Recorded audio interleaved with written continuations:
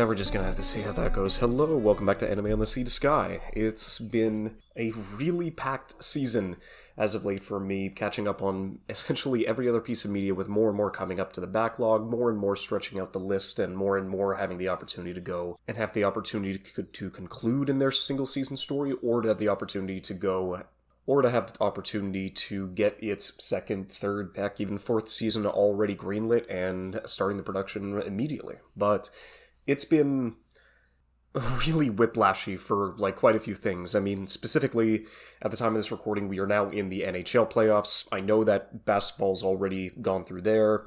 Baseball is heading into their mid-20s in terms of the amount of games they've already had this season, but my overall feelings on the entirety of the NHL playoffs are going to be revolving around the Vancouver Canucks, and it's been a ride, for sure. We're only, at this point, 4 games into the season, or 4 games into the playoffs, and we have gotten a lead on Nashville, our opponents, 3-1 into a best-of-7 series, and we have gone through 3 different goaltenders for all 3 of our wins. And I didn't really think about it until most of this is going through now, because Demko is our starting goaltender, and he's consistently been touted as one of the best goalies in the league. He ended up 2 months ago having some kind of knee injury towards the rest, and it's kind of like, okay, that's fine. They're saying it's not season ending. He'll just go through and recuperate. We're at a good enough point in the standings where we just want him to be healthy for the playoffs, because very much inside of the NHL playoffs, it is a war of attrition, because the winner of the Stanley Cup, in terms of the champions, have to win 16 games. And those 16 games can take anywhere between, 16, if you get a perfect sweep, which is definitely not going to happen, between 16 and 28. And you are grinding through every single one of those games and every single victory that you potentially have the chance to getting through. But unfortunately, Washington didn't even get a single victory. They got swept by New York. But it's just every single game takes more and more out of you. And to the point where you do have arguably the best 2 teams in the finals for the championship, it is very much who is the healthiest who is going to have the advantage leading into the championship. But for us, I was feeling like at that point we were a good enough team to settle that up, but we were still getting most of our injuries out of the way now, and leading into it, we were almost 100% healthy. Demko, our starter goaltender, goes in, wins game 1, phenomenal. Wake up the next day, hey, guess what? Demko's out with a knee injury. It didn't even happen on the play. They were suggesting the fact that he re-aggravated his knee on a nothing play, no contact, no nothing, just a standard reset, and he re-aggravates the same knee, and now it's like, oh, guess what? Sorry, he's not going to be able to play in game 2. You're going to have DeSmith in that. And it's like, oh, shit. Smith goes, loses game 2, 3 goals on 12 shots, really not something that instills a lot of confidence in you. And he bounces back and doesn't let a single goal in for the first 57 minutes of game 3. Gives us a 2-1 series lead. 2 hours before game 4, we get the news saying, hey, guess what? DeSmith is injured. And it's the same deal. There's no outward, he didn't get taken off in the previous game. He didn't show any signs of, regression. In fact, he looked better than the rest of it. It's like, hey, lower body injury for Demko. You are going to use your 3rd string goaltender. So mostly inside of hockey, you have a deep enough set of contracts inside of your goaltending, because it is very not common, but it is still likely where 2 of your starting 2 goaltenders who you are actually paying money for are going to get injured. But if they do, then you're going to have to go back onto the smaller contracts you have for lower league affiliated teams, which in this case, Abbotsford, who is our neighboring city, has a Canuck regimen where we've been training this game, Silvos. And he's our 3rd string. And he is suited up to play in game 4. And to be fair, he's pretty decent, to put it lightly. Inside one of the most recent hockey championships, he's already playing for one of our affiliate teams. He went to play for his home country in Latvia and got Latvia their first medal in the tournament. in their entire history.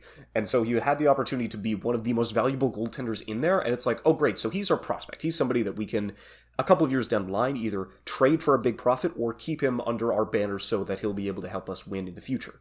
But he's only played, I believe he only had 9 NHL games under his belt before coming into this. This was his first playoff start. I'm nervous, low expectations, every negative derogatory thing I could put down. It's like, there's no fucking way we win this game. If he is able to get over a 90% save, that would be a miracle. He comes in, gets scored on in the first period. He gets scored in the second. 12 seconds into the third, it is the most blatant garbage kicking motion goal I have seen, because you are not, as a player, allowed to use a kicking motion to put the puck into the net. Apparently, the NHL deemed that if a skate does not leave the ice, it does not have enough force to be called a kicking motion, and it is not a challengeable play. Absolute garbage. Down 3-1, Silovs then just doesn't let a single puck in throughout the rest of the game.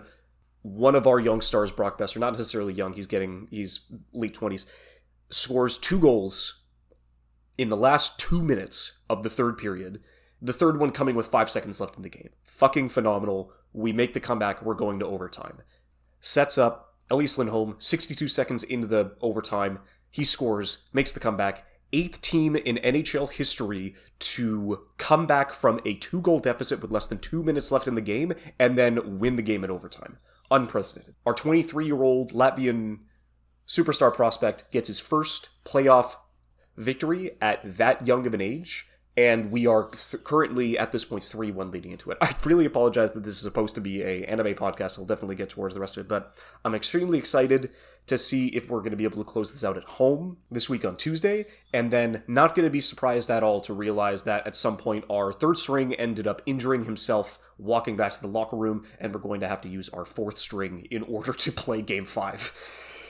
It's, I don't know, a lot of emotions, a lot of ups and downs over the past, week or so because of the playoffs. It's been absolutely going crazy. But let's actually get back to properly inside of the anime sphere for news in this set. Because I've been seeing, even though because of Isekai, elves have still been relevant over the past couple of over the past 15 years or so, but they've never necessarily been too much into the limelight.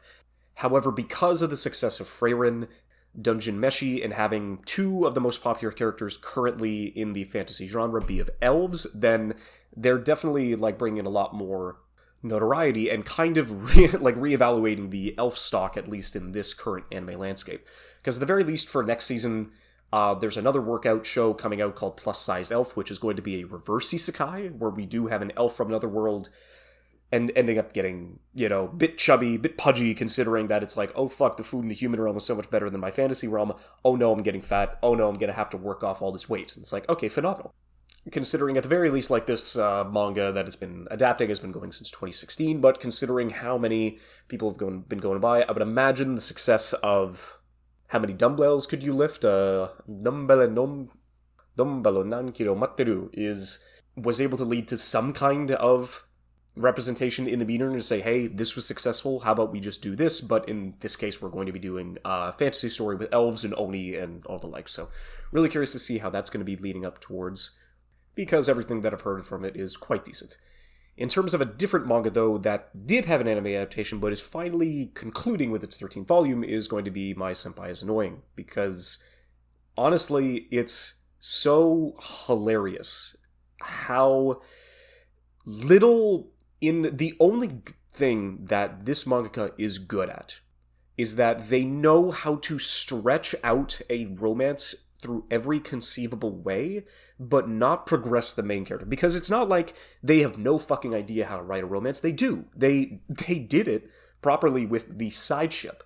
Well, the first one, between the other 2 co-workers, which honestly it should have just been about their story and their relationship, because the problem with a lot of these week-by-week manga, or in this case bi-weekly, is that there aren't a lot of phenomenal romances inside of anime or manga in general, because the majority of the stuff, the unfortunate majority, is that they know how to keep the 2 apart, but when they finally get the 2 together, the story is so close to its end that there's no way that they could essentially expand upon this connected relationship that they now have, and they don't know how to write a couple actually being in a relationship. They only know how to tiptoe around it and use it for either comedy or drama or just potential romance that never does come to be. But it's not like this person doesn't know how to write it. Like, the side ship, the side friends who actually did get together inside of this, I would have loved to see a lot more of them. But, and the second side ship I don't even want to get into because it's a girl in her 20-somethings really teasing this middle school boy who is the younger brother of another one of the side ships in the show. It's kind of like, no, we don't need to do this. But the main couple consistently never had any opportunity to. It's like they helped each other, they were able to figure out their relationship inside and outside work life, but it's like, no, I can't get them to be together, I can't get them to in a relationship, I can't legitimately get these two to be invested. And so it's kind of like, at that point, they were like, well, no, it's over. I've kind of ran my course with this. I don't know what to do with these two once they actually get together. So the ending of this story is either they're going to be moving away from each other or they're going to be, being in a relationship, and then the story's going to fucking end. Which is like, dude, what the fuck? Like, why would you take so much effort to keep them apart to then get them together? And then it's like, nah, fuck it, I think I've just done with this story. So it is kind of hilarious. I mean, I would say the best fan artist who's been making a lot of work over the past couple of years of them, because it's like, okay, if the main dude is not going to do it, fine, I'll do it myself. Pan Q Lao is phenomenal because they can do safe for work, they can do not safe for work, they can create scenarios inside of the show that could honestly just be enough of a grounds for a new episode for the show. Anyways, but they have filled the gap that the creator has not been able to do so inside of its entire run, and the fact that they were able to do that, everybody's been able to jump into it. It's like, dude, just let Pan Q Lao just do a handful of stories that happen after this one, and just let them continue on in their fashion. So it's like, I don't know, man. It's just incredibly frustrating, especially when you know that the author can write relationships, even though the side ship wasn't an amazing development. It was just the fact that we wanted to see some kind of romance or some kind of progression happen, and the fact that halfway through the story, the side ship got more progress than these two could ever go towards the rest of it is just a testament to what, unfortunately, a lot of the tropes and trends in Japan lead to extending a series way beyond its shelf life. And so I guess to move on with one piece of bad news, at least for films, is that we have finally gotten confirmation that the Yuri on Ice Ice Adolescent film has officially been cancelled. And the MAPPA production committee cites various circumstances to lead to the official termination of this project, which is absolutely insane because so Yuri on Ice, phenomenal original figure skating show that I recommend everybody going to see. It has probably one of the best romances inside of the 2010s with the little amount of time that they were able to give. And it's still funny, still engaging, still dramatic, and charming as all hell. And so the anime came back in 2016. By April of 2017, MAPPA had announced with Saya Yamamoto that they were going to give Yuri on Ice a film, which is awesome because it's they are not necessarily jumping on the bandwagon, but they are seeing, because Yuri on Ice was a resounding success. It was easily one of the biggest shows of 2016, and so the fact that it was going to be getting another movie after the original 12 episodes came out, it's like, oh, that's just completely understandable. But as the years went by, and we got fewer and fewer pieces of news relating to the production of this film, all we got is that they released the Blu-rays out in North America in 2018. They're still doing events, they're still running through things, and then 2019, which was the date that they initially set out for in 2017, they said in that year that it's no, sorry, it's not going to happen, this year. We are going to... They couldn't get it out the door in time, and then to top it all off, COVID ends up hitting in... even in the middle. COVID was still developing in East Asia throughout late 2019, But then when the world shut down in 2020, it was like, oh fuck, this is really going to throw even more wrenches into this production as it leads on. And so we didn't... The only other major piece of news that they ended up getting at the end of 2020 was, hey, the film production was still ongoing with the aim of further enriching the film. But we don't know when it's going to come out. Almost radio silence for 3 years with nothing but just complete apathy from Saya Yamamoto. And she was like, she couldn't even give any ideas, which at that point, I'm pretty sure she was like, oh, this production's fucked, which is crazy because the fact that they couldn't get that film out within those 2 years, essentially if they announced it. So with that film, they would have still had more than enough time by the end of 2019 to get it out. And MAPPA completely and utterly destroyed, especially with all of the stories that we get from behind the scenes on their production. Odds are the production inside of MAPPA was just rapidly deteriorating to a point where it's like, okay, we can't get it out in 2019, we'll get it back in 20. And then COVID hits, and then it's like, well, we're fucked. If it's already in shambles, there's no way we can pick our... The fact that they couldn't get back up on their feet after this, even though the film had been in production for more than 2.5 years, is like, what the fuck happened beyond there? And then it took until 2024 to officially just say, hey, we're not even going to release it. The project's done, or the production is just completely at a standstill. We're canceling it. It's like, how the fuck do you drop the ball on such a successful lightning in a bottle series like Yuri on Ice, and then for you to just completely ignore it to a point where, wow, we're not even going to get anything out. They ended up putting out like 2 20 to 30 second long, like preview or PV clips, which was crazy because it's like the with Yuri and the other dude from like Southeast Europe. I'm just trying to remember his name, but it's like they had this really erotic duet on the ice, and people were losing their goddamn minds. It's like, oh my god, it's happening again. We're going to be getting just as much as we did in the franchise. And then radio silence.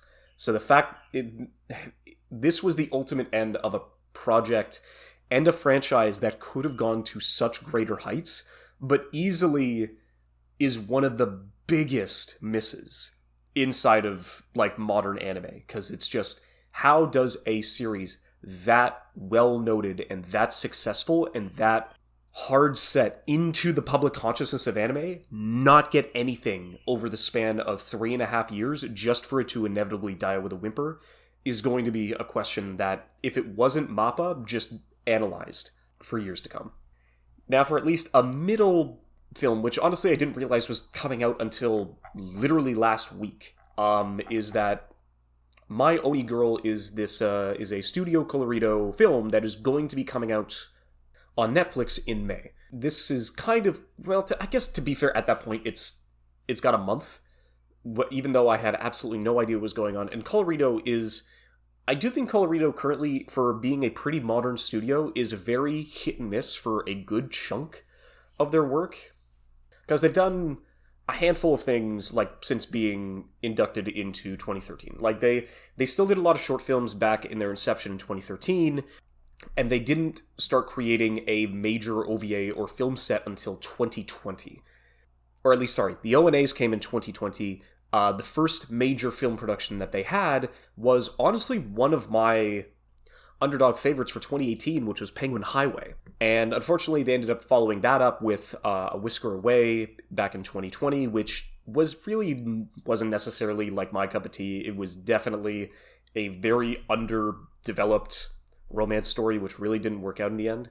However, right after that, they ended up having 2 years later another like sleeper hit on Netflix called Drifting Home, which I think on paper it shouldn't have worked, considering that if you're going to make all of your protagonists, kids, literal, like, what is it? I think they were elementary schoolers, like, they were all, like, 11 or 12 years old, and they're being put into this supernatural scenario, adrift out in the middle of a fantastical sea with nothing but their apartment complex to essentially live in. There could have been so many things that could have gone wrong, and the kids should have gotten too annoying too fast and led to an incredibly underwhelming and just annoying experience. But the way that the kids were able to at least come and work together, especially in the midst of this fantastical dystopian, not necessarily hellscape, but it's just almost a vast sea of nothingness. And it's like, how are we getting home? Where are we supposed to go? What is the plan here? And still having a little bit of melodrama, but definitely not even close to enough to make it an underwhelming set. I was definitely pleasantly surprised at how the entire film went out, because they were doing a lot of the Pokemon Twilight Wing OVAs, which were going through the history of the major events in Pokemon leading into Sword and Shield. And they also ended up doing Tite Kubo's, not necessarily sequel series, but just another production that he did after Bleach called Burn the Witch. And so that was a really fun action set piece taking place in, I guess, fantastical fictional London, which ended up being engaging. They did a short for Star Wars Visions back in their first set in 2021. They've done, a lot of decent work, but it's just kind of, they have a better track record than most, but it's kind of one where I'm not necessarily too excited about Oni Girl, considering that it's the co-director of A Whisker Away, and the screenplay and screenwriting is going to go over to the 2022 Urusei Yatsura play, and they've done just Digimon Tri, Urusei Yatsura, and Heaven's Lost Property. It's, I don't know, I'm gonna have to watch it as a compilation sort of deal, just so I have a good idea about all the films that came out this year. So it's not going to be a priority for me to watch on May 24th, but it is definitely something at some point in the year that I am going to be watching. Because all it looks like is just a fantastical Oni Girl runs into this first-year high school student, and then probably comedy and romance and drama and fictional hijinks ensue. That's essentially all I know about the film. So it's not really something that I'm too invested in, but at some point in the year, it's definitely going to be something that I'm going to have to get back on, just so I know how it ramped up to everything else that came before it. Now, a film that I don't know, because we've finally gotten an official date for when it's coming out, which is Kimi no Iro, or The Colors Within, as GKIDS has the official international distribution license for Yamada Naoko's newest film. And considering that she's doing a collaboration with Science Saru, just like she did with Heike Monogatari, I'm really curious to see how the rest of this is going to go, since they have it slated for an opening in Japan for August 30th, which, with the 4 months and with the name recognition of Yamada Naoko, I do think that GKIDS will have the opportunity to get this out before the end of the year. But if it doesn't, odds are it'll come out in January or February of 2025. Still, regardless, I am kind of excited to see where another musical-centric show done by her, considering that the last one I remember her doing, because Heike Monogatari had classic song and literature, where she also ended up doing the film for Liz and the Bluebird, based on the Hibike Euphonium characters. So I'm really curious to see what she's going to be able to do with an original set and the bandmates that comprise of this main cast, but only time will tell. So, in terms of the beginning of the spring season, I am still not caught up on the majority of the things that have started watching. At the very least, I do have at least 2 episodes under my belt for essentially every show that has come out that I'm watching now. Although for the ones that I'm not watching that I know is huge, this season in particular, it has a lot of interesting solo shots or adaptations that are just starting now, but honestly, the amount of shows that you are going to be watching this season is solely going to be based on how many shows that you are excited for their sequels to be coming out. Because at the very least, the ones that I'm not watching would be Mushoku Tensei's second half of the second season. Reincarnated as a Slime has gotten a new season. The Mahoka, or for me, it's always been known as the Irregular Magic High School, is definitely interesting to see how far these have spread out, because I believe it's a light novel adaptation where the first season came back in 2014. And I know that one of my buddies is a fan of it, but then it was kind of oh yeah, I remember it getting 25 episodes, but then what happened later? It's it got a film in 2017, and then it didn't get a new season until 2020. And then now, 4 years after that, they're getting its third season that's airing now. It's wow, that is legitimately quite the gap between the rest of it. But unfortunately, even though he's kind of surprised that this is getting a third season and No Game No Life isn't getting a second, well, you know what can you do, buddy? Also, Moonlit Fantasy, Urusei Yatsura, I know that those are going through, but it's just not necessarily ones that I'm too excited to keep watching. People are saying it's like, oh yeah, Windbreaker is just the good version of Tokyo Revengers, and it's like, cool, I don't like that anyway, so it's not necessarily something that I'm going to be keeping up with. Not to being a knock on Windbreaker, but it seems like some people are enjoying it, but not to a ecstatic degree that most other shows have been getting this season, so it's not necessarily too much of a priority towards the rest of it. One that I'm not watching that is piquing my interest because of how many crazy ideas that they've been able to fit in the first 4 episodes is Train to the End of the World. Because essentially all the ridiculous shit that I've heard about this, where it's mostly a fantasy Stand By Me story of trying to find the friend who they ended up losing on the day that everything in Japan went to shit. And not necessarily shit like war or earthquake or natural disaster. It was more like the general rules of the world, depending on the prefecture that you're in, are going to be randomized and flipped on their head, and each area is going to be governed by a different nonsensical thing that has completely turned the world on its head. So if it continues to inspire people and really get them invested, then I might jump into it at some point in the season, but this is a really, really fucking packed season, for sure. I know that Blue Lock is getting a movie based on Nagi. It's the same deal.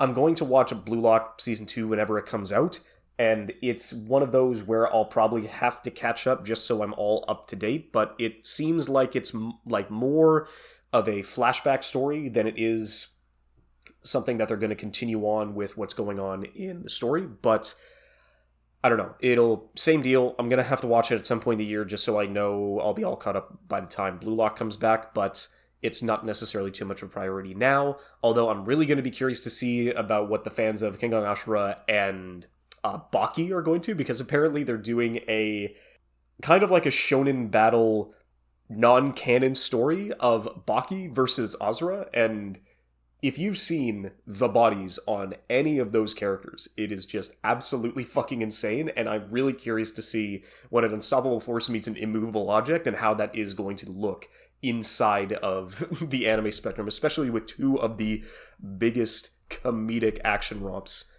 this side of the anime sphere. Now, for the shows I am watching, or I'm going to be watching, the only 2 that haven't come out yet because of the awkward length of their stories. Honestly, Demon Slayer, because it's so successful, can do whatever the fuck they want. It's kind of like, hey, we want to start our show 6 weeks into the new season. It's like, all right, sure, dude, go for it. It's like, all right, cool. Okay, so does that mean you're going to have 18 episodes or 6 episodes? Odds are, because of what everybody's been telling me, where this arc is so pointless and so short that there's no real reason to put a spotlight on it before they go into like the final 2 arcs, they're kind of like, yeah, you don't really have to worry too much about this one. It's like, okay, sure, but it's been a long time since I've seen a show been given so much free reign where it's like, yeah, we're only just going to put like 6 or 7 episodes out this season, and then we'll catch back up to the rest of it. It's like, all right, dude, you do you. You're our golden goose. Don't screw this up. And it's like, oh my god. But I'm just so... I'm not so close to being done with Demon Slayer. I'm this far in, and I know that regardless, and I know that the story's done, and it's pretty close, I'm just going to stick with it to the end. But at this point, all I'm hoping is for spectacle that is able to elevate itself, because at that point, that's all Demon Slayer is spectacle. The characters aren't engaging, or endearing, or charming. The relationships and the overall story is slapped together, especially with the ridiculously stinky bombs dropped at the end of the 2nd season, which I'm not going to necessarily spoil, but the things that I liked about Demon Slayer is that the 1st season had really good action, because Ufotable just does not miss inside of that department, which was then one-upped by Infinity Train, which was then one-upped by the Entertainment District. But every positive thing that they had going for them after that 2nd season was just completely thrown away by the Swordsmith Village. The fights weren't engaging or just ecstatic or dynamic. The story, and that I've ranted on several episodes including this one, has kind of thrown a lot of its logic and its rules out the window, and now I legitimately do not care what these people are fighting for. I just want to see Demon Michael Jackson be cut down eventually to this point. So it's like, yeah, not necessarily much that you can do there. So I'll watch it begrudgingly because I need to know how ufotable like finish this is, but I don't know. At least I'm excited about the other shonen, which is My Hero Season 7, and they have been putting out recap OVAs leading into it, because I do believe that it's either coming out by the end of this week or early next week, and how the rest of that goes, considering that it also, My Hero is very close to being to its end. It is kind of crazy to think that probably My Hero and Demon Slayer's anime adaptations are probably going to finish around the same time. I'm still about 40 chapters behind on the mangas for My Hero, so I'm going to have to, at some point, I'm probably going to catch up just before the new anime comes out, just to kind of see, because I know exactly where I finished, but to kind of see how much more content is there, because if we're only going to get, like, say, 18 episodes in this chunk, I would say My Hero has about 30 to 36 episodes of content left before the story is over. But to be fair, I haven't been catching up on the manga, so maybe they fucking ramped it up and then made another arc after this arc is going to be concluded, but I don't know. Only time will tell.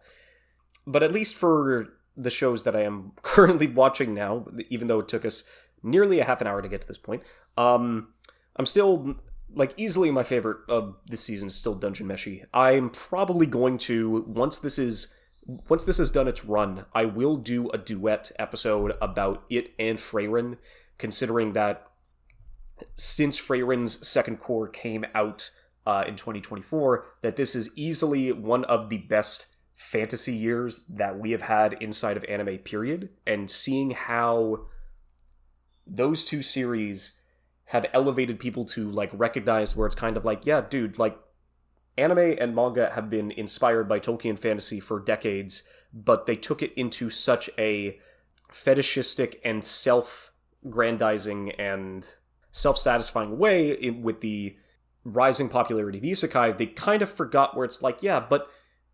I like these, fantasy stories. It's like, do you like the fantasy stories, or do you like the fantasy games that are inspired by the fantasy stories? And it's like, yeah, but I like this one. It's like, yeah, well then stop putting all of your useless and bloated gaming tropes into your quote-unquote fantasy story. It's like, yeah, it's not a fantasy story, it's an isekai story. It's like, yeah, I know. You and fucking thousands of other authors. Thanks, cheers, appreciate it. Because, I mean, there's also, I think there is an isekai story happening now that does focus around an elf wife.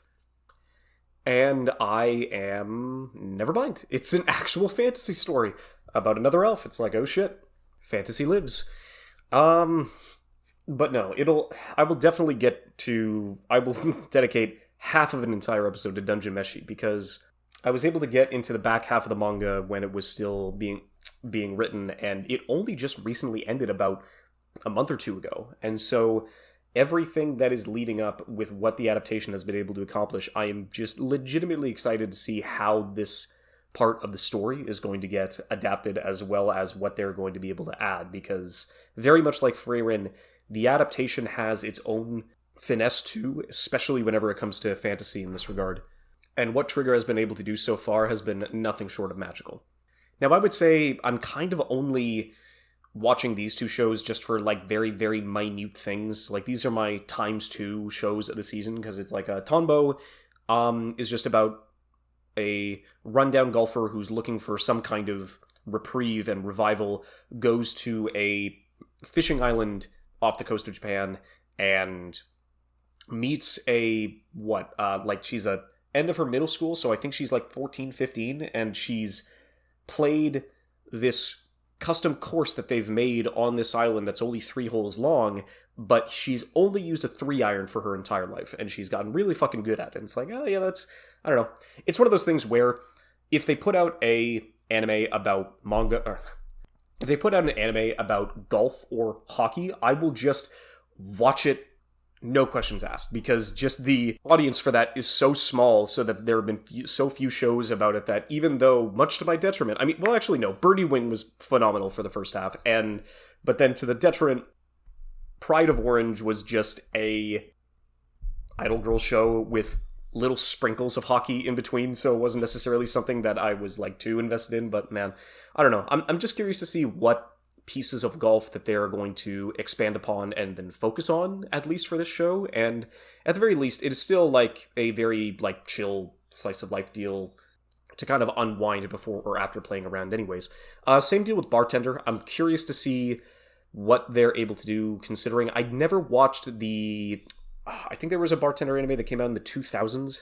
I never did end up giving that a watch, even though everybody is kind of like saying, oh yeah, no, it's Iyashikei and Slice of Life for, you know, not necessarily grown-ups, but more for somebody to just kind of get away and kind of seeing, like, what you can potentially do with all these cocktails and all these different recipes that would be able to be expanded and invented upon. So yeah, I was definitely curious. The first 2 episodes have not necessarily been too much of a grab, since literally all he's done so far is a Cosmo, a highball, and then a specific sunset that he ended up doing for, like, an older patron. So I was like, alright, sure, I'll keep these down and go towards the rest of it. I've never necessarily been too much of a cocktail guy. I do like the sweeter aspects that can bring to it, but I just don't necessarily want to pay, you know, $10 for a sweet cocktail that is only about 100 to 150 mils. And it's like, okay, I'll just take the beer, or I'll take the scotch instead. Whiskey definitely does come around, especially why I really just want to know the date of when the PA Works whiskey film comes out, because I'm really curious to see if there's anything that they could add inside of that specific working and distilling business, but I don't know. Still, only time will tell. Whisper Me of Love Song is fine. It's legitimately the only major reason people are coming in to watch it is like, ooh, potential lesbian romance. And I was kind of curious about it too, because they felt like they were covering a lot of ground and making a lot of progress in just the first episode, when in reality, it was all just a misunderstanding where the singer girl is really invested, and it's like, oh shit, I'm actually falling for this girl who keeps peppering me with, it's like, oh yeah, I fell in love with your music, I fell in love with the singer, I fell in love with your lyrics, I fell in love with literally every single thing about you, and it's kind of like, but yeah, I love you the same way that I love my family or like my favorite band. It's like, oh, so you don't... How do you love everything about me, but none of it is romantic? Where it's like, dude, are you fucking kidding? Like, please, just tell me that at least less than halfway through the season, they are going to have the potential to become a couple, and then seeing how that kind of a relationship plays out. Because we've already seen everything that happens before, we all just want to see what happens after, and how the relationship is affected by these two characters. And that's essentially, at least with modern romances, that is what I'm looking for. Oh, there was a lot of stuff about music in this season, at least for me. Jellyfish Can't Swim at Night is... I would say I didn't get too invested. People are saying that it's giving them the same feels as A Place Further Than the Universe, which I do get the aesthetic and how much... Like, music didn't play too much of a theme inside of Universe, but it was very... The music video style sequences that they were able to incorporate in their first 3 episodes definitely got a lot of people on board. And then for this one, I don't necessarily like the music as much. I'm curious to see how the relationships between the groups that are going to be building in this show and the show afterwards. But necessarily only time will tell. A lot of people are extremely excited about it, but at this point, it's not something that's immediately jumping out at me as something that's going to be special or memorable, but only time will tell. The one that I'm more curious about is Girls Band Cry, which is a mostly CG adaptation. Sorry, this is original, which I guess kind of gives me a reason, because the major news that was behind this show when it came out is that nobody picked it up. Like, it's airing in Japan, sure, because it's about all of these girls at various points in their life. One's a dropout, one's in her early 20s, but then get kicked out of a band, and one of them is just, like, starting to get into the group, and how they're going to survive inside of Tokyo, and how they're going to be living on, and taking themselves into the future with all of these things that they've essentially dug themselves into. But the biggest thing about Girls Band Cry is that no international distributor picked this up. It didn't go to High Dive, it didn't go to Netflix, it didn't go to Amazon, it didn't go to Hulu, it didn't go to Disney. Nobody picked this up for international distribution, where I kind of get it, where it is a 3D CG adaptation that has no existing property, is completely original, so there's nobody that can pick it up based on a pre-existing fan base, but it's so far doing a good enough job, especially with how they're getting people invested into it, that it is finally getting an audience, and I wouldn't be surprised if it gets picked up for licensing or distribution by the end of this season. I will admit the main girl is I get that the main girl is frustrated about her situation and how she was treated, and she doesn't necessarily have a lot of positivity or any decent outlook on the world, but it doesn't really help that she is throwing that back at you consistently, that she just kind of lets this stress and anxiety build up and then make her lash out at the people who have given her nothing but kindness and support, and she consistently just lashes out at them because they are the closest thing in proximity that she can vent to. And I really do hope that the dynamic that she makes with the inevitable girls that are also going to be showing up to make this group, I hope that she tones it down a bit, because it seems that everybody else in the show has been enjoyable so far, except her. So we're just going to kind of wait and see how that cast helps her line out towards the rest of it. Now, however, a chiller show, which is definitely something that I like that it's here. I appreciate that we're getting more, even though the film from, in this show, Yuru Camp, Laid Back Camp, ended up getting a film with them, 5 to 10 years into the future, and they're still camping and they're still, doing digs and productions that are, keeping their own lives afloat. But now we are rewinding back to when they're still in high school to get more opportunities and more laid-back adventures, I guess, just to kind of see how the rest of it goes. And to be fair, that's kind of my only gripe with it, where it's, at that point, I would really just appreciate them to go back to the mid to late 20s demographic, but I definitely understand why they ended up going back, especially with how successful this has necessarily been to, the in-between tourism industry for Japan, because it's just the same studio who did 1 and 2, Sea Station, is not back for the 3rd season. Instead, it's being done by Studio 8-Bit. And to be fair, it still looks fine. I never watched Yuru Camp for the animation. It was more of the backgrounds and the vibes, and the soundtrack is still phenomenal. It's still really nice, really wind-focused, acoustic, amazing. And so it's nice just to come back and chill in this vibe throughout the week. Because most of my complaints really go out the window as soon as you actually get back into the show itself, because on paper it shouldn't have the same energy and still have the same expectations for where essentially they're going to go, but it's dude, chill out, unwind, go do some camping. You can camp in your house, you can camp next door, you can camp in the park, and you can camp at the registered sites that they have been growing more and more in Japan, thanks to the fact that this show has been so successful in that regard, that camping inside of Japan is the biggest that's ever been, and probably the only negative thing that this show has ever garnered in any of its life was some random dude inside of California, I believe, starting a bushfire because he thought that lighting some pine cones would be easy on a dry surface, and he ended up burning several acres in the California countryside. Oh, it was fucking glorious.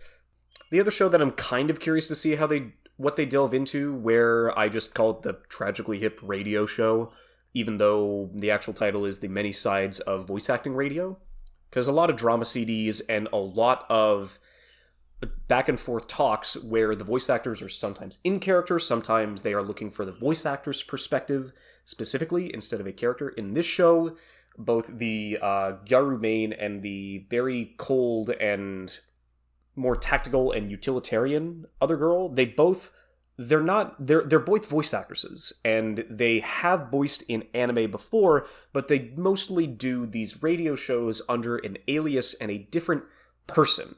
A completely fictionalized person.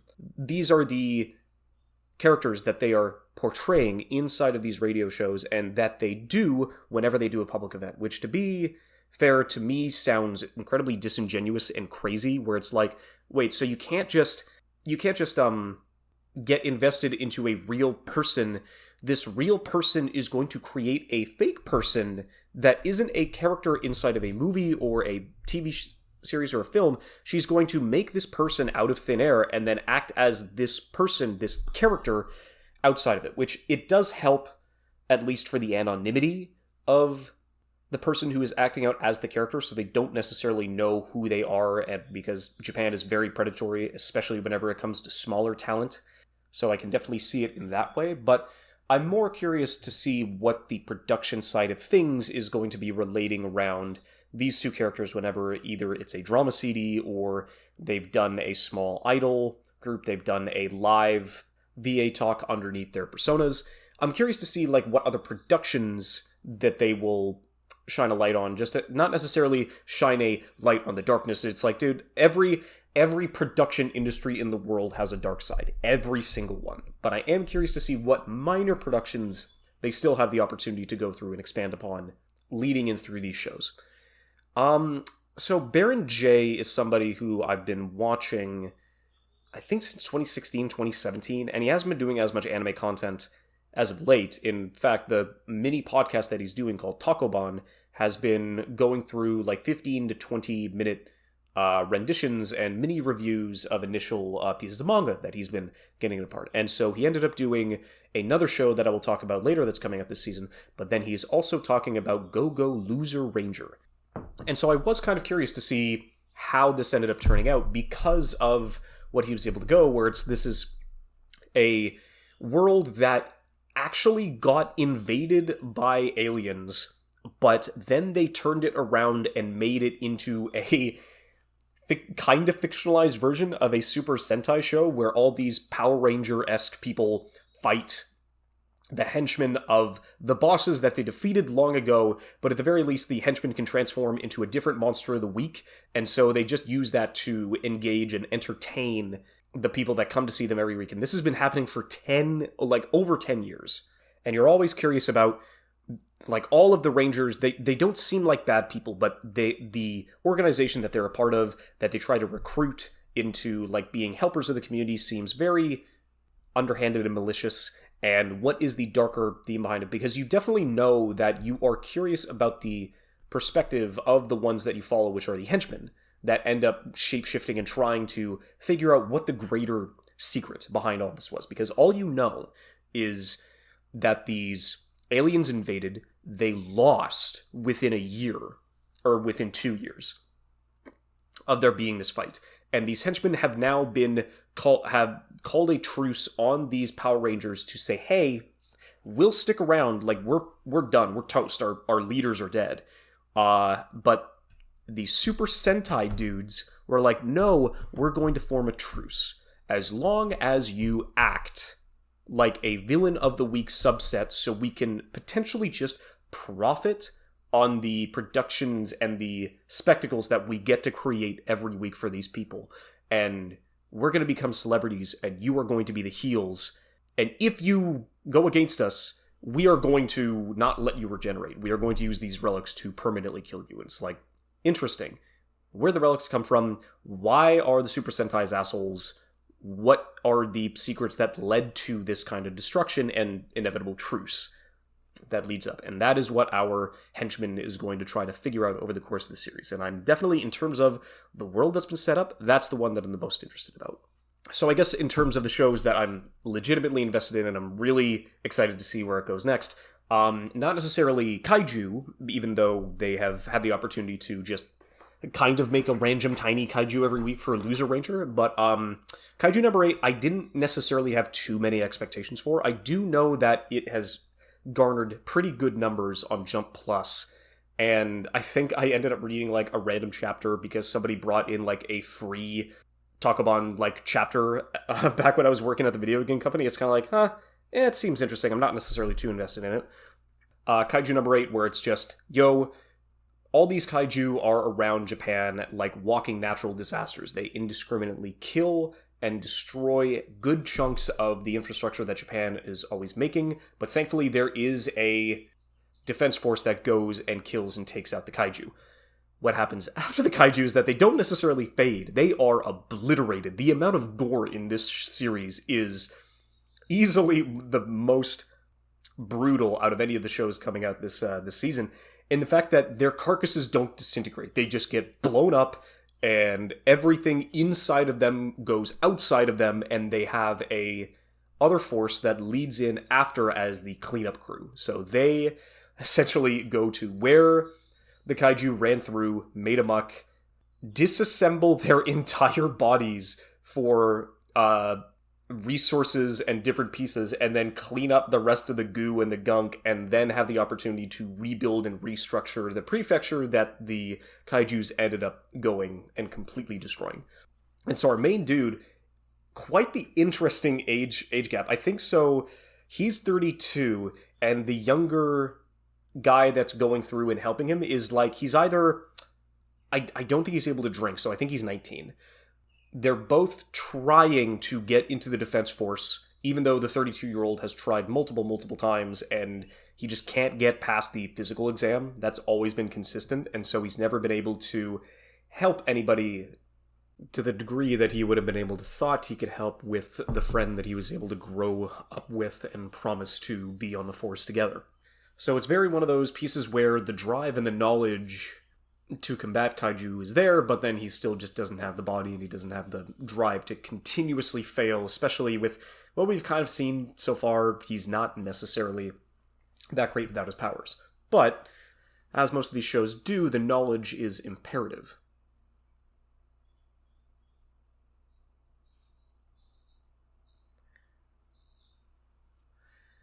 And mostly what rings off about this is that normally a lot of the shonen standard, like jump, push comedy is it's supposed to be very loud, it's very abrasive, very shock value, just jumping off and whiplashing between like one extreme and the other.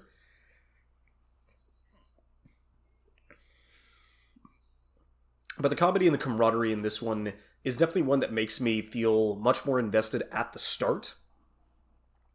And I'm definitely curious to see that now that we know that essentially Kaiju number 8 is going to be leading into how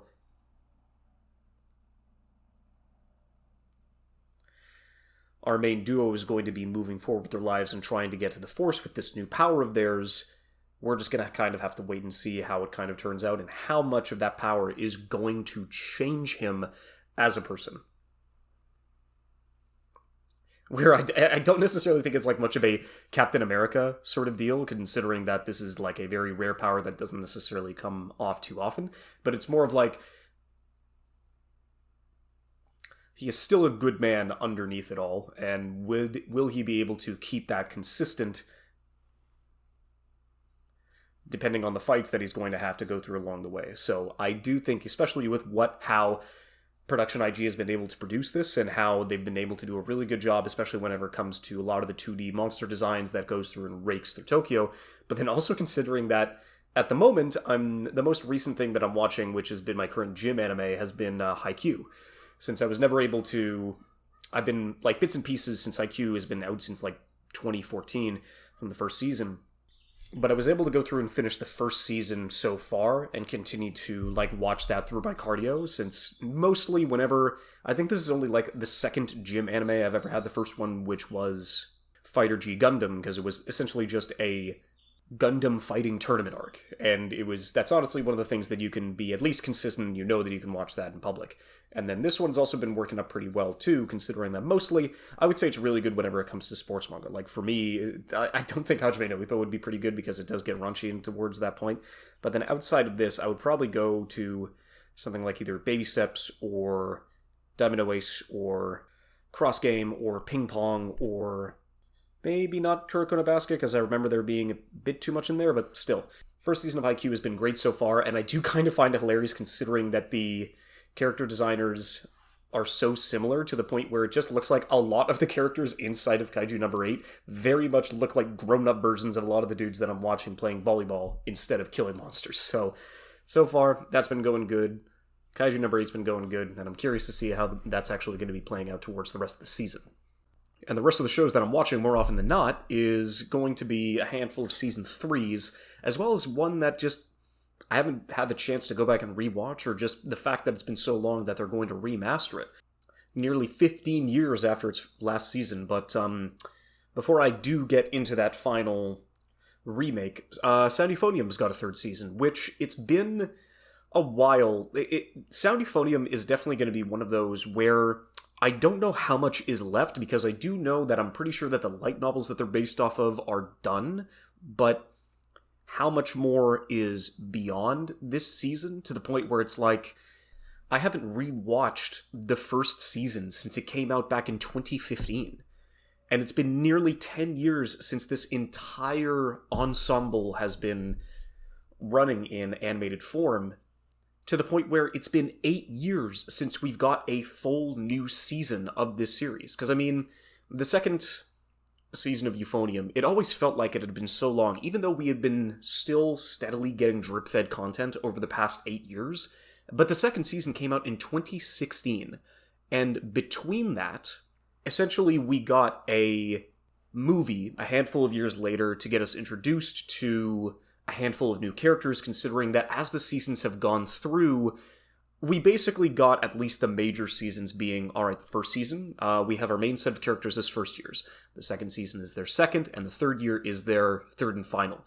Even though there have been plenty of enjoyable and really charming characters that were third years, that graduated, that went from second to third year, and then graduated again. And so this is going to be the final piece of what these characters that we've been following for nearly a decade, and for them it's been about 3 years, and how exactly are they going to finish it in this season, or are they going to do one more piece where they're just going to say, hey, we're going to do this, and then we're going to conclude it with a film? Because the second season came out in 16, we ended up getting a film, which was a sequel film 3 years later in 19, and then just last year, we ended up getting what was essentially somewhere between an OVA and a full-length film, considering that this was about 50 minutes long or so. So it had the opportunity to bridge the gaps between the breaks that we had into the final set of the, or at least what was beginning in their third and final year, leading into just an entirely new ensemble cast that's bringing in for the first years. Because I do believe that it still has the potential to be one of my favorites, if not my favorite Kyoto Animation series, period, considering the length and the general graduation that a lot of these characters in this show has been able to do over the past several years. And even though my feelings on the majority of the relationships inside of the show has kind of like willowed and waned over the course of it being potentially one of the best, just not even only Yuri couples, but couples period, to being like, no, this is essentially what we were going for all along, where it's like, yeah, if only you didn't have Yamada Naoko directing a handful of those episodes, considering that, Jesus Christ, it was super transposed onto a Lily background as to what the majority of these characters go. I still do believe that the mountain date in the first season is probably one of my favorite anime episodes of all time, whereas one of Asuka's episodes in season 2 is very close to that, considering that how the majority of the second season was focused around her growth and her leadership and her absence and what essentially she decided to choose, and how her relationships inside of the show was able to lead everybody inside of the ensemble and lead the series into that specific direction. I was really glad to see how that was able to go, but the fact that it still feels so familiar, and it still feels more up to date, even though this is the first full anime season that we've gotten in 8 years, is still a testament to how much I still do miss these characters, and whenever they have any opportunity to shine and any opportunity to come back onto the screen, it's definitely one that is always a pleasant surprise to see. So I'm not questioning whether or not this series is going to be good. My only question is, will this be the final endeavor of the franchise, or are we going to get one more potential film, OVA, conclusion after this is over and the final graduation takes place? But on the opposite side of the spectrum, for a group that is fun to see them return, but also for entirely different reasons, is that Konosuba is now finally back with its third season. And these idiots are easily one of my favorite, ensemble groups towards the rest of it.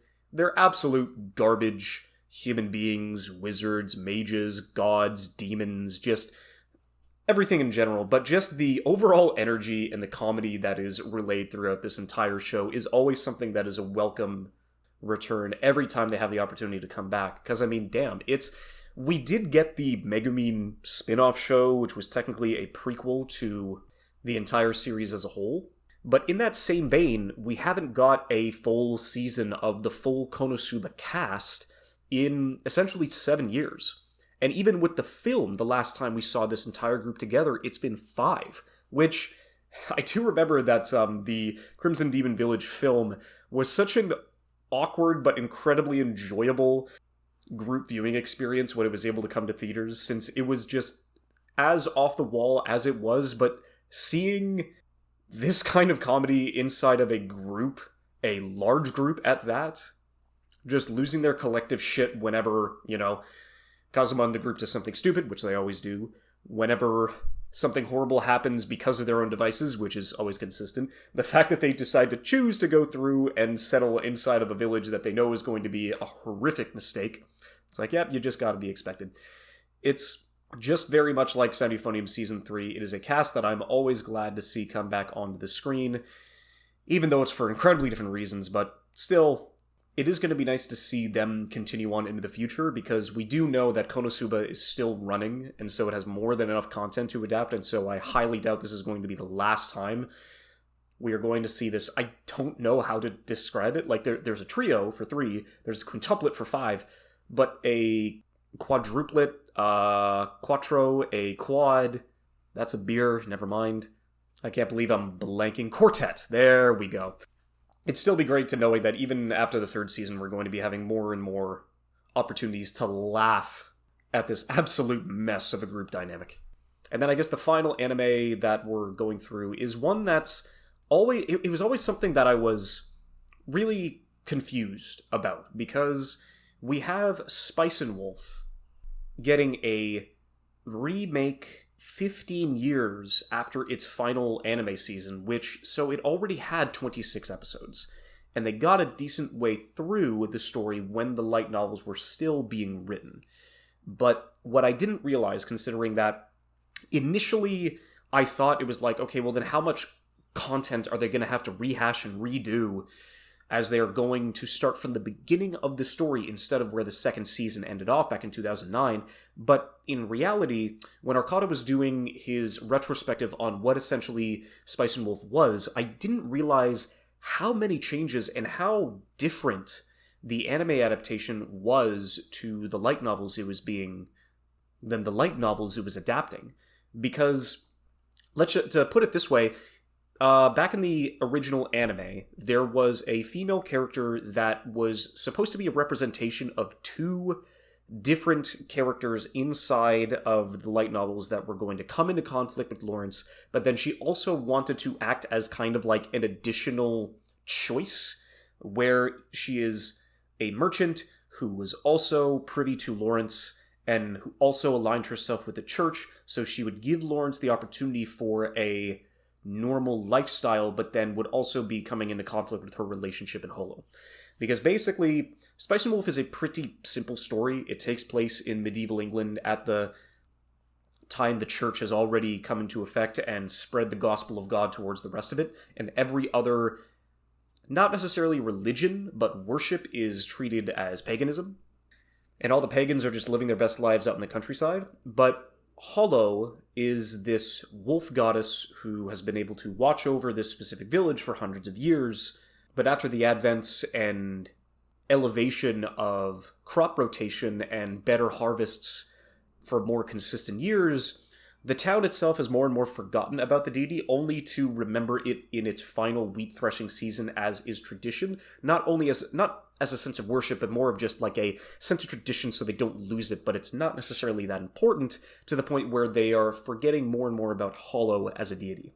And so she has the opportunity to escape the wheat fields that she has confined herself in for hundreds of years when a traveling merchant by the name of Kraft Lawrence comes back to this town with a bushel of wheat sitting in the back of his horse-drawn, not necessarily carriage, but more just cart. as he is a traveling merchant towards the rest, and he gives Holo unknowingly the opportunity to leave this village for the first time in ages, in hopes that the two of them would be able to work well with each other. And as Holo helps him in his merchant endeavors, Holo is hoping that Kraft will be able to take her to her hometown in the northern set of the UK, or in this case, just England. And Holo, Spice and Wolf has definitely stood the test of time, especially just because of Holo's endeavors. She is an incredibly charming, well-witted, well-written character in the sense of her and her relationship with Lawrence. And seeing the two of them work out a lot of their financial issues together, trying to figure out different ways to make money, to lose money, to go through trials and tribulations on their journey, just makes their relationship growing that much sweeter. But it's interesting to see, now that I know the general consensus, and that nearly half of the original anime was more original content with original characters substituting in the roles of a handful of other people. Now I'm just thinking, okay, this does kind of make sense, so that they can go through and go faithfully book by book to then remake the story and readapt it to a point that is closer to what was classically written, now that essentially the entire story is done and completed. Because initially, I mean, Spice and Wolf was definitely on my, rewatch list for sure, because it was, I think, one of the first 20 or so shows that I ended up watching when I was getting into anime. And so it's been more than 13 years since I've had the opportunity to go through and interact with this material, but honestly, the banter and the wit has definitely grown on me more as time has progressed, and kind of seeing how the general relationship that we see Lawrence and Holo build right off the bat, especially throughout these first 3 episodes that I've seen, has definitely been something that is always a pleasant surprise and always a welcome return to kind of see how the rest of that's going to go. So, odds are, if this show wasn't made, modern audiences, or even people who got into anime in the 2020s, definitely wouldn't have had the opportunity to go through and see Holo in all of her glory, and to see how her and Lawrence would be able to navigate all the financial conflicts and challenges that will be leading into them in the future. So I'm definitely glad, at least for that case. A lot of people nowadays are going to have the opportunity to experience one of my favorite duos in anime. And honestly, I was kind of trying to figure out what essentially I was going to do towards the end of this, since I did kind of want to go through and talk about 2 specific shows that I just recently finished. The Bear Season 2 and Shogun, but I do kind of feel like I am going to be holding off on that until I finish Percy Jackson, so I have a decent enough gap to talk about all the live-action stuff that I've been going through and enjoying over these past few weeks. At the very least, I mean, The Bear Season 2 was just as fucking stressful as Season 1, and I loved it all the same. You had the opportunity to go through and follow characters that you initially hated in the first season, but when you actually give them the opportunity to talk about themselves and expand upon why they act the way that they do, and they're given the spotlight in order to change for the better as a person, honestly, it just makes it that much more entertaining, especially since you've just followed them floundering throughout the majority of the first part and stumbling into this kind of success that they're kind of hoping they can stretch into the future. But holy fuck, it was just working in a kitchen, it's not the most stressful job in the world, but it is such a unique brand of stress that you will never get to experience unless you work in there, regardless if you're in the pit, if you're on the line, if you're helping them in the back, if you're working at the front, if you're just doing deliveries, or if you're helping inside of the shop. It's just it's one of those, oh god, it's like, fuck you, and I'll see you again tomorrow. That's basically just working inside of a kitchen, because you still have the opportunity to enjoy it and hate it with such heavy and hot degrees of passion on both sides. And all it is at that point is just, fuck you, and I will see you tomorrow. I also recently did finish Shogun.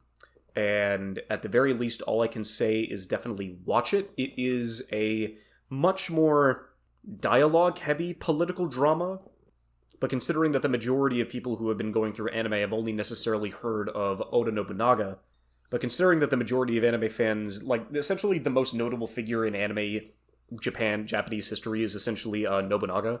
So seeing somebody else, especially whenever it comes into the initial happenings of the shogunate and where essentially that part of Japan changed in its history, was definitely a nice, pleasant one to see. With a little bit of a... Because to be fair, the foreigner, the Anjin, that we follow throughout the majority of the series is technically Portuguese, but they do have him speak English, so it's a lot more accessible, at least from a worldwide audience perspective. So, took a little bit of getting used to there, but still, really enjoyed it, really engaging. It is quite long. It is, without the credits, you could probably shave it down to just over 9 hours, since it's a 10-episode show, but heavy recommendation there if I don't have the chance to get to talk about it again, but only time will tell. We'll see how Percy Jackson goes, and see if I can be able to get that on time, and see if I can have Cookie join me on this episode, considering that we've talked about this series at length, and how much we despised the original films growing up, and so far it's been a pleasant enough experience, but to see how they finish adapting the first book, only time will tell. And I guess to put a timestamp on this, even though I talked about it at length at the beginning of the episode, the Canucks are going to be facing the Nashville Predators in Game 5 at home in Vancouver. At this point in time, I have no idea how this game is going to turn out. Silovs, we're still going to hold off on you, and we are going to pray for your success in the net, and just hoping that the guys on the ice can help you in that endeavor, and give you a little bit of a cushion with scoring goals on our own. So, go Canucks, go. Cheers, have a good one.